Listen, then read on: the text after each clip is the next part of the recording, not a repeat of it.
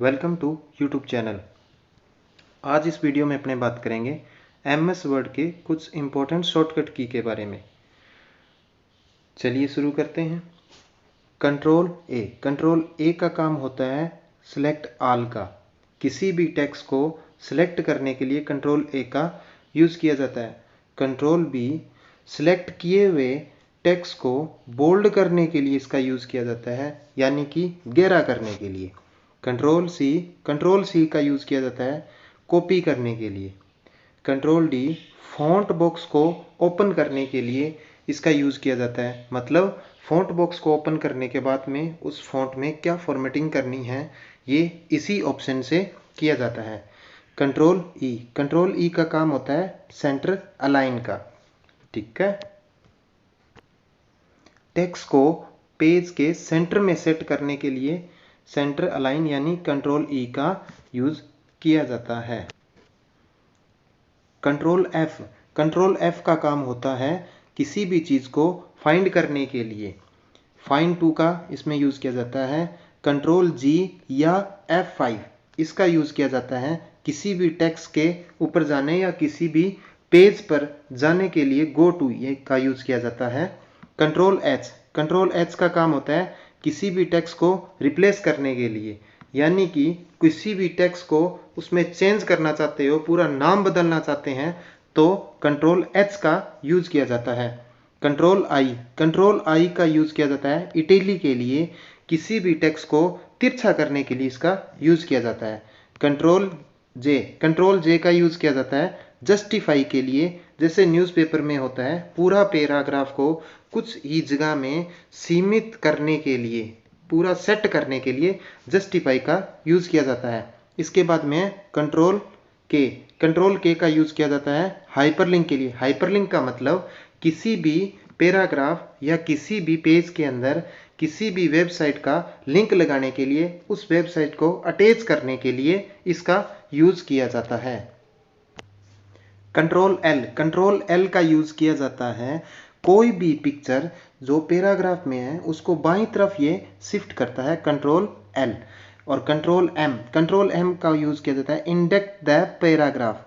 ठीक है, इसकी ये दाईं और पिक्चर को सेट करता है। कंट्रोल एन का काम होता है क्रिएट ए न्यू डॉक्यूमेंट बनाने के लिए शॉर्टकट की है कंट्रोल एन। कंट्रोल ओ का यूज होता है ओपन द डॉक्यूमेंट। किसी भी डॉक्यूमेंट जो पहले से तैयार है उसको ओपन करने के लिए कंट्रोल ओ का यूज किया जाएगा। कंट्रोल पी डॉक्यूमेंट को प्रिंट करने के लिए कंट्रोल पी का यूज किया जाता है। कंट्रोल क्यू का यूज किया जाता है क्लियर द फॉर्मेटिंग इंडेंट। किसी भी फॉर्मेटिंग या किसी भी पैराग्राफ के अंदर इंडेंट को क्लियर करने के लिए इसका यूज किया जाता है। कंट्रोल आर का यूज किया जाता है राइट में पिक्चर सेट करने के लिए कंट्रोल आर का यूज। कंट्रोल एस का यूज किया जाता है किसी भी डॉक्यूमेंट को सेव करने के लिए। कंट्रोल टी हेडिंग इंडेंट के लिए इसका यूज किया जाता है। कंट्रोल यू का यूज होता है किसी भी टेक्स्ट के नीचे अंडरलाइन करने के लिए। कंट्रोल वी पहले से टेक्स्ट को कॉपी या कट किए हुए को पेस्ट करने के लिए इसका यूज किया जाता है। कंट्रोल डब्ल्यू का यूज होता है किसी भी एक्टिव विंडो को क्लोज करने के लिए। कंट्रोल एक्स किसी भी टेक्स्ट को कट करने के लिए। कंट्रोल वाई किसी भी एक्शन को रेडू करने के लिए, काम किए हुए को रेडू करने के लिए। कंट्रोल जेड किसी भी एक्शन वापस उसी एक्शन में जाने के लिए अंडू का यूज किया जाता है। और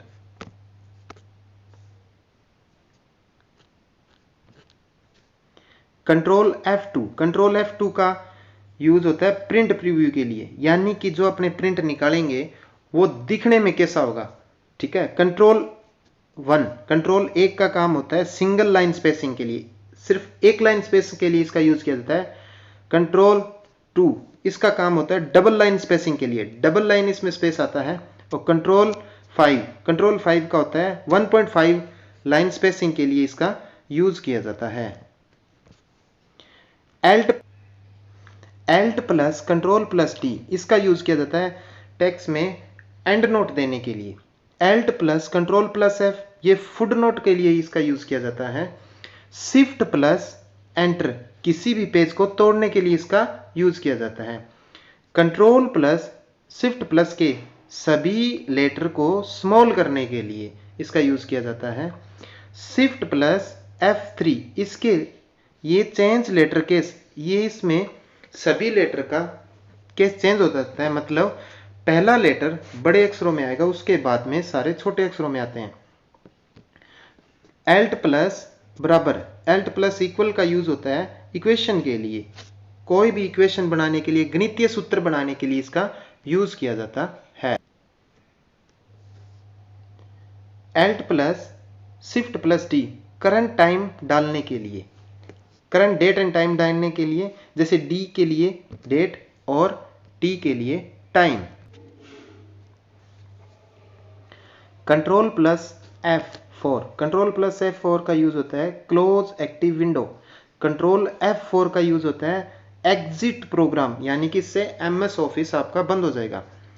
control plus shift plus C इसका यूज होता है कॉपी फॉर्मेटिंग, टेक्स्ट के साथ में, टेक्स्ट में जो भी फॉर्मेटिंग की गई है साइज में, कलर में, वो भी इसके साथ में कॉपी हो जाता है।